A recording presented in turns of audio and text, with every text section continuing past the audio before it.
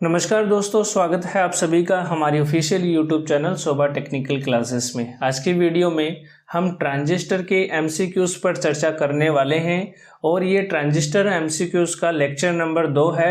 इससे पहले हम ट्रांजिस्टर के 10 एमसीक्यूज कर चुके हैं, तो आपने अगर अभी तक वो वाला वीडियो नहीं देखा है तो वीडियो का लिंक डिस्क्रिप्शन बॉक्स में दिया गया है, आप वहां से जाकर देख सकते हैं। तो चलिए शुरुआत करते हैं हम नेक्स्ट क्वेश्चन से।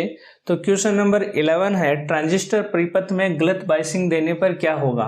ऑप्शन हमारे पास में है, आउटपुट में डिस्टोर्शन होगा, कलेक्टर टर्मिनल पर तापमान अधिक होगा, एमिटर टर्मिनल पर अधिक लोड होगा और फोर्थ ऑप्शन है, ट्रांजिस्टर हमेशा के लिए खराब हो जाएगा। तो हमें बताना है इनमें से कौन सा ऑप्शन राइट होगा। तो सबसे पहले अगर हम बायसिंग की बात करें तो बायसिंग का मतलब होता है ट्रांजिस्टर के टर्मिनल पर फिक्स डीसी वोल्टेज लगाना। इससे क्योंकि हम पहले वाले जो वीडियो लेक्चर है उसमें देख चुके हैं कि बायसिंग क्या होती है, तो इसी के बारे में ये दूसरा सवाल बनाया गया है कि ट्रांजिस्टर पे अगर हम गलत तरीके से बायसिंग कर देते हैं। गलत तरीके का मतलब है कि हम या फिक्स डीसी अप्लाई नहीं करते या जो जितना वोल्टेज का लेवल होता है उतना नहीं देते, उस कंडीशन में ट्रांजिस्टर पर क्या प्रभाव पड़ेगा। तो जब भी हम ट्रांजिस्टर की गलत बायसिंग कर देते हैं तो ट्रांजिस्टर का जो ओरिजिनल आउटपुट होता है वो बदल जाता है और आउटपुट बदलने की वजह से हम कह सकते हैं कि जो आउटपुट है उसमें डिस्टोर्शन उत्पन्न हो जाता है। तो इसके लिए जो ऑप्शन 1 है वो राइट हो जाएगा, आउटपुट में डिस्टोर्शन होगा। नेक्स्ट सवाल पे बढ़ते हैं। क्वेश्चन नंबर 12 है, ट्रांजिस्टर में एमीटर करंट, बेस करंट तथा कलेक्टर करंट में सही संबंध है।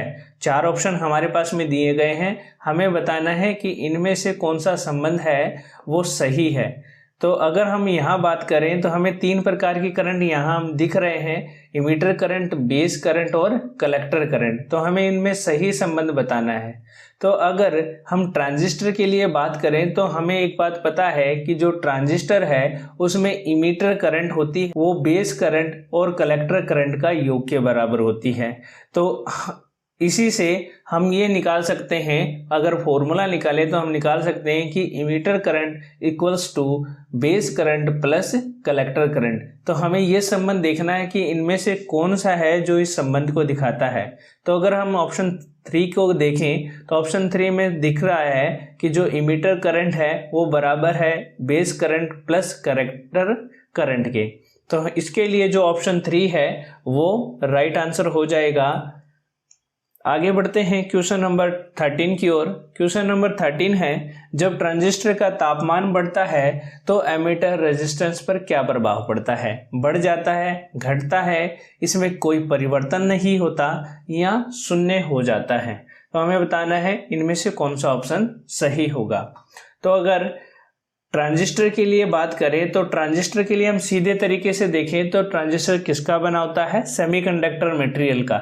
और सेमीकंडक्टर मटेरियल पर अगर तापमान का क्या प्रभाव पड़ता है, जब भी तापमान बढ़ता है तो रेजिस्टेंस घट जाता है। तो यहाँ पर भी चाहे कोई भी रीजन हो, चाहे वो बेस रीजन हो, चाहे कलेक्टर रीजन हो या फिर वो इमीटर रीजन हो, अगर किसी भी रीजन का तापमान बढ़ता है तो ट्रांजिस्टर में उसका रेजिस्टेंस घट जाएगा। तो यहाँ पर हमें स्पेशली एक पॉइंट देके पूछ लिया गया है, तो इसके लिए भी वही नियम लागू होगा। तो इसके लिए आंसर हो जाएगा कि जब भी तापमान बढ़ेगा तो रेजिस्टेंस घटेगा।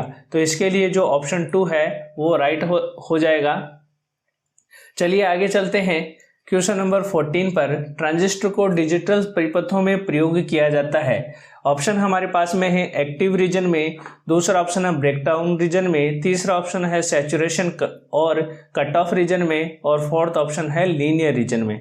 तो जब भी हम ट्रांजिस्टर को आईसी के रूप में प्रयोग करते हैं तब कौन से मोड में हम इसको प्रयोग करते हैं।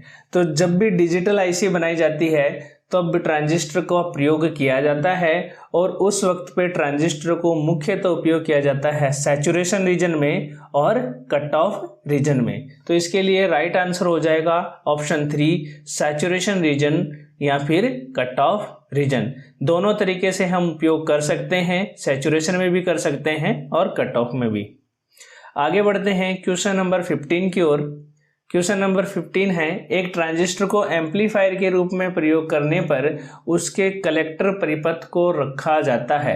किस प्रकार से रखा जाता है? फॉरवर्ड बायस में रखा जाता है, रिवर्स बायस में रखा जाता है, निम्न रेजिस्टेंस में रखा जाता है, या इनमें से कोई नहीं। तो दोस्तों, ट्रांजिस्टर को जब भी हम एज ए एम्पलीफायर के रूप में प्रयोग करते हैं तब हम ट्रांजिस्टर के बेस इमीटर टर्मिनल को फॉरवर्ड बायस और कलेक्टर इमीटर टर्मिनल को रिवर्स बायस करते हैं। तो यहाँ पर हमें पूछा गया है कि कलेक्टर परिपथ को किस बायसिंग में प्रयोग किया जाता है, तो इसका आंसर हो जाएगा रिवर्स बायसिंग में। तो ऑप्शन 2 हमारा क्या हो जाएगा? राइट होगा। आगे चलते हैं अगले सवाल पर। क्वेश्चन नंबर 16 है, जिन ट्रांजिस्टर में विद्युत धारा का चालन 2 प्रकार के आवेश वाहकों के द्वारा होता है वो होते हैं यूनिपोलर होते हैं, बाइपोलर होते हैं, यूनि जंक्शन होते हैं, या फिर ये सभी। तो दोस्तों, हमें पता है कि ट्रांजिस्टर है वो किस प्रकार की डिवाइस है? बायोपोलर डिवाइस है। बायोपोलर का मतलब है कि ट्रांजिस्टर में जो विद्युत धारा है वो होल्स की वजह से भी बहती है और करंट की वजह से भी बहती है, यानी कि दोनों की वजह से इसमें विद्युत धारा का प्रवाह होता है। तो यहाँ पर पूछा गया है कि ट्रांजिस्टर में विद्युत धारा का चालन 2 प्रकार के आवेश वाहकों के द्वारा होता है, तो इसका नाम क्या है? तो इसका नाम होता है बायोपोलर। जिन भी डिवाइस में 2 प्रकार के आवेश वाहकों के द्वारा विद्युत धारा का प्रवाह होता है उसे हम बायोपोलर डिवाइस बोल सकते हैं। तो इसके लिए राइट आंसर होगा ऑप्शन 2, बायोपोलर। आगे बढ़ते हैं अगले सवाल की ओर। क्वेश्चन नंबर 17 है, पीएनपीएन ट्रांजिस्टर बने होते हैं, सिलिकॉन के बने होते हैं, जर्मेनियम के बने होते हैं, सिलिकॉन व जर्मेनियम के, और फोर्थ ऑप्शन है इनमें से कोई नहीं। तो हमें बताना है कौन सा ऑप्शन राइट होगा। तो सबसे पहले हम ट्रांजिस्टर के लिए बेसिक की बात कर लें तो ट्रांजिस्टर बना होता है सेमीकंडक्टर मटेरियल का। 2 प्रकार के सेमीकंडक्टर मटेरियल हमारे पास में होते हैं, सिलिकॉन और जर्मेनियम।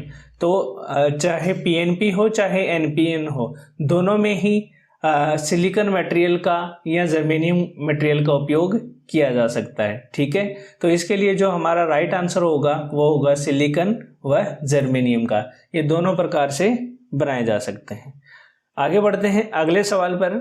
क्वेश्चन नंबर 18 है, ट्रांजिस्टर को स्विचिंग युक्ति या डैश के समान प्रयोग किया जा सकता है। ऑप्शन एक तो हमें यहाँ पर ट्रांजिस्टर का उपयोग बता दिया गया है कि ट्रांजिस्टर को एज ए स्विचिंग डिवाइस के लिए उपयोग कर सकते हैं। दूसरा हमें बताना है कि और ट्रांजिस्टर का क्या उपयोग है। यहाँ पे ऑप्शन हमारे पास में दिए हैं, फिक्स रजिस्टर की तरह उपयोग कर सकते हैं। दूसरा ऑप्शन है टर्निंग डिवाइस के रूप में। तीसरा ऑप्शन है रेक्टिफायर के लिए, और फोर्थ ऑप्शन है एम्पलीफायर के लिए। तो हमें बताना है इसमें से कौन सा ऑप्शन राइट होगा। तो दोस्तों, जैसा कि हमें पता है ट्रांजिस्टर का उपयोग मुख्यतः एम्पलीफायर में भी किया जाता है और स्विचिंग डिवाइस के रूप में भी किया जाता है। तो इसके लिए जो राइट आंसर होगा वो होगा एम्पलीफायर। ट्रांजिस्टर को स्विचिंग डिवाइस और एम्पलीफायर दोनों के समान प्रयोग किया जा सकता है। आगे बढ़ते हैं क्वेश्चन नंबर 19 पर।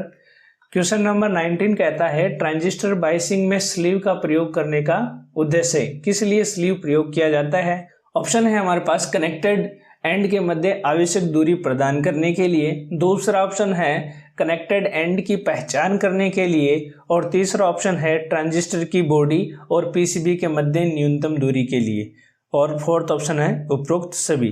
तो दोस्तों, स्लीव के लिए अगर हम बात करें तो स्लीव इन सभी कार्यों के लिए प्रयोग होता है।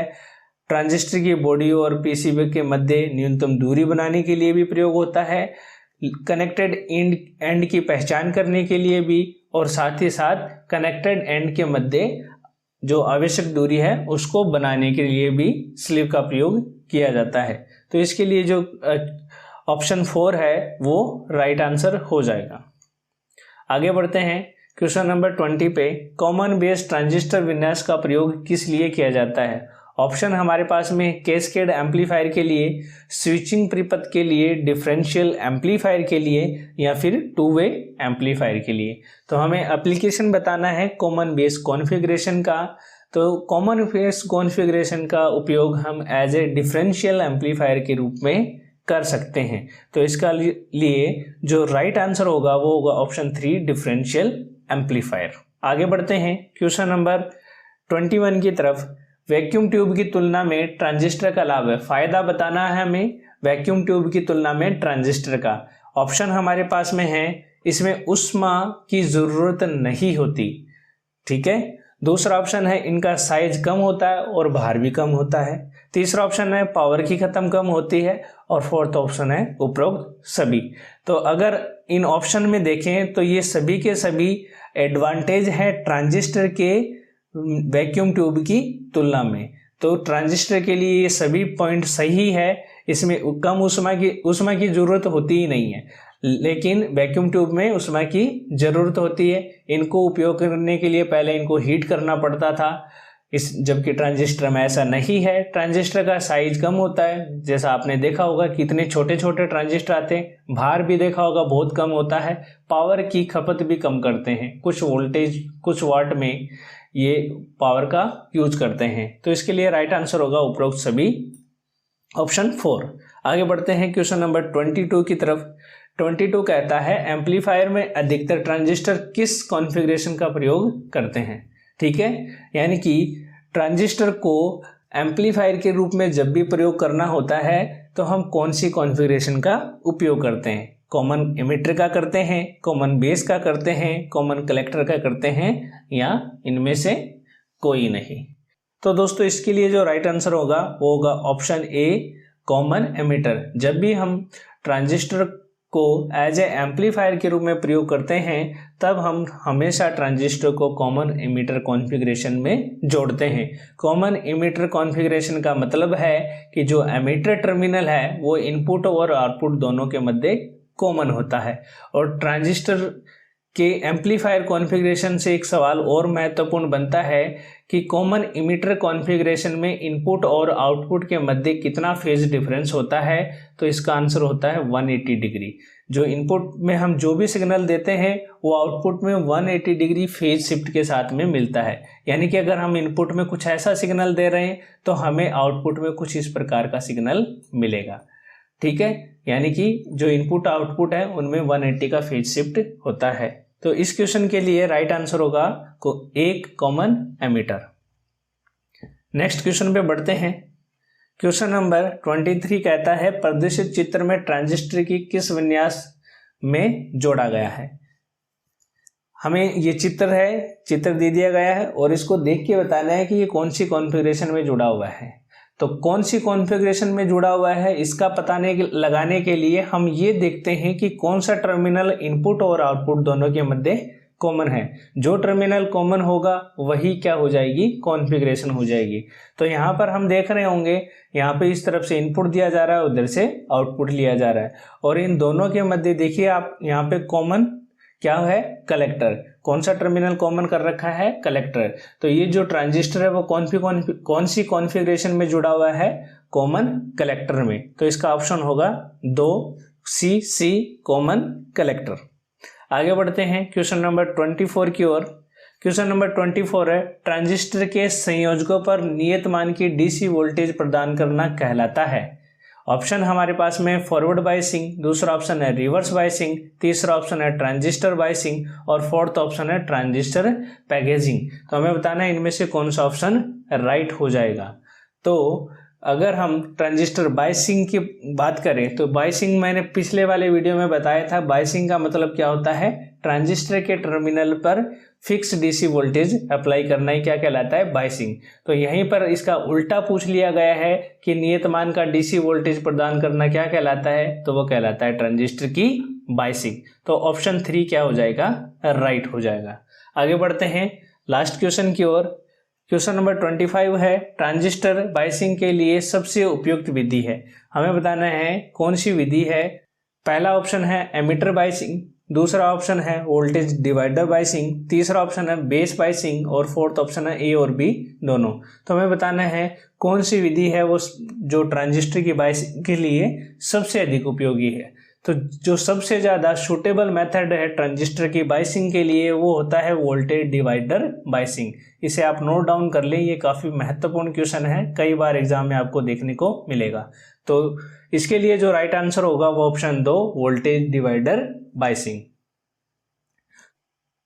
तो दोस्तों आपको आज का वीडियो कैसा लगा हमें कमेंट करके ज़रूर बताएं, और वीडियो से रिगार्डिंग अगर आपके कोई सवाल जवाब है तो आप वीडियो के कमेंट में हमें कमेंट करके पूछ सकते हैं। अगर आप चैनल पे पहली बार विजिट कर रहे हैं तो प्लीज़ चैनल को लाइक शेयर सब्सक्राइब जरूर करें, ताकि जब भी हम फ्यूचर में नेक्स्ट कोई वीडियो अपने चैनल पे अपलोड करें तो आपको नोटिफिकेशन मिल जाए। तो मिलते हैं नेक्स्ट वाले वीडियो में, तब तक के लिए जय हिंद जय भारत।